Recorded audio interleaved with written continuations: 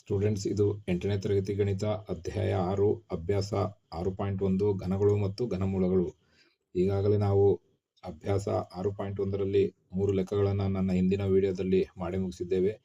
ಹಿಂದಿನ ವಿಡಿಯೋಗಳನ್ನು ನೀವು ನೋಡಿಲ್ಲ ಅಂದರೆ ನನ್ನ ಹಿಂದಿನ ವಿಡಿಯೋಗಳಿಗೆ ಹೋಗಿ ಆ ಲೆಕ್ಕಗಳನ್ನು ನೋಡಬಹುದು. ಈಗ 4ನೇ ಪ್ರಶ್ನೆಯನ್ನು ತಗೊಳ್ಳೋಣ. 6.1ರಲ್ಲಿ 4ನೇ ಪ್ರಶ್ನೆ.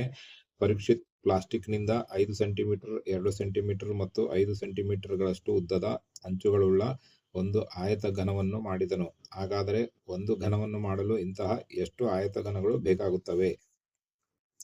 ಈಗ ಈ ಕೊಟ್ಟಿರುವ ಈ ಸೈಜಿನ ಒಂದು ಘನ ಮಾಡಿದ್ದಾನೆ ಪರೀಕ್ಷಿತ್. ಈ ಸಂಪೂರ್ಣ ಘನ ಆಗಬೇಕಾದ್ರೆ ಇಂತಹ ಎಷ್ಟು ಘನಗಳನ್ನು ಅದಕ್ಕೆ ಕೂಡಿಸ್ಬೇಕು ಅಂತ ಕೇಳಿದ್ದಾರೆ.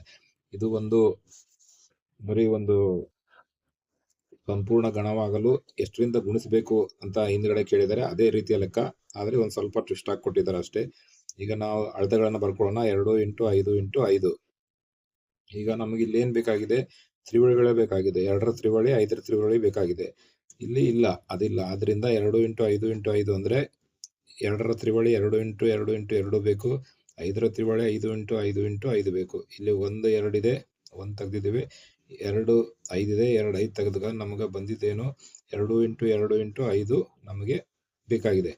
ಈಗ ಇಲ್ಲಿ 2 × 2 × 5 ಸೇರಿಸಿದ್ರೆ ನಮಗೆ ಒಂದು ಪೂರ್ಣ ಘನ ಆಗ್ತದೆ. ಆದ್ರಿಂದ 2 × 2 × 5 ಹಾಕಿದಾಗ 2 2 4, 4 5 20 20 ಬರ್ತದೆ. ಈ 20 ಘನಗಳನ್ನು ಸೇರಿಸಿದ್ರೆ ನಮಗೆ ಅದು ಒಂದು ಸಂಪೂರ್ಣ ಘನ ಆಗ್ತದೆ. ಆದ್ರಿಂದ ನಾವು ಬರಿಬೇಕಾಗಿದ್ದೇನು? ಪರೀಕ್ಷಿತ್ಗೆ ಒಂದು ಪೂರ್ಣ ಆಯತ ಘನ ಮಾಡಲು ಒಟ್ಟು 20 ಆಯತ ಘನಗಳು ಬೇಕಾಗುತ್ತವೆ ಅಂತ ಬರಿಬೇಕಾಗ್ತದೆ. ಸ್ಟೂಡೆಂಟ್ಸ್, ಈಗ 8ನೇ ತರಗತಿಯ ಅಭ್ಯಾಸ 6.1ರ ಎಲ್ಲ ಲೆಕ್ಕಗಳನ್ನು ಮಾಡಿ ಮುಗಿಸಿದ್ದೇವೆ.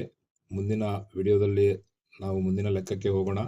ಈಗ ನನ್ನ ಎಲ್ಲ ವಿಡಿಯೋಗಳನ್ನು ನೀವು ಇಷ್ಟಪಟ್ಟಲ್ಲಿ ದಯವಿಟ್ಟು ಲೈಕ್ ಮಾಡಿ, ಶೇರ್ ಮಾಡಿ, ಕಮೆಂಟ್ ಮಾಡಿ, ಸಬ್ಸ್ಕ್ರೈಬ್ ಆಗಿ.